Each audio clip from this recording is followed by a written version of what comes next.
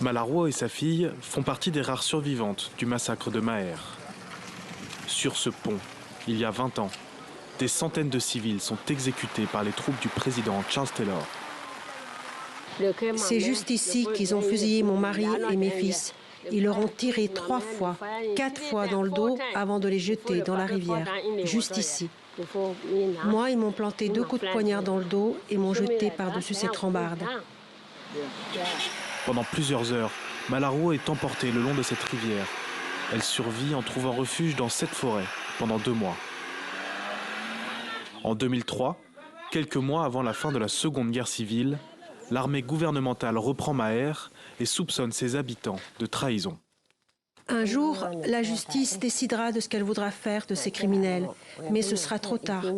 En une nuit, ils ont fait disparaître les êtres que j'aimais. 20 ans après la fin des guerres civiles, aucun criminel de guerre n'a été jugé dans le pays. C'est le cas du général Butt Naked. Cet ancien bras droit de Charles Taylor est responsable de la mort d'au moins 20 000 personnes. Devenu pasteur, l'ancien combattant a fait de sa maison un centre de désintoxication. Je suis prêt. Je suis prêt à faire face à la justice, à être pendu s'il le faut. Je suis prêt, quoi qu'il arrive. C'est en 1996, à la fin de la Première Guerre civile, que cet ancien rebelle aurait rencontré le Christ sur la ligne de front. Il brillait tellement que je devais baisser les yeux par terre. Il m'a dit de me repentir. J'ai commencé à faire des sacrifices humains à l'âge de 11 ans jusqu'à mes 25 ans. Pour emprunter le chemin de la rédemption, d'autres bourreaux s'en remettent à une justice traditionnelle, non reconnue par l'État, les Palava Hutt.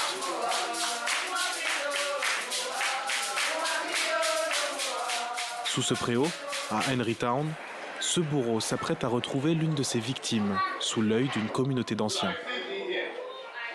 Cette femme accuse cet homme d'avoir brûlé sa maison pendant la guerre. L'homme reconnaît les faits et présente ses excuses selon la tradition Bassa. La rancœur s'apaise une fois ses poches d'eau avalées.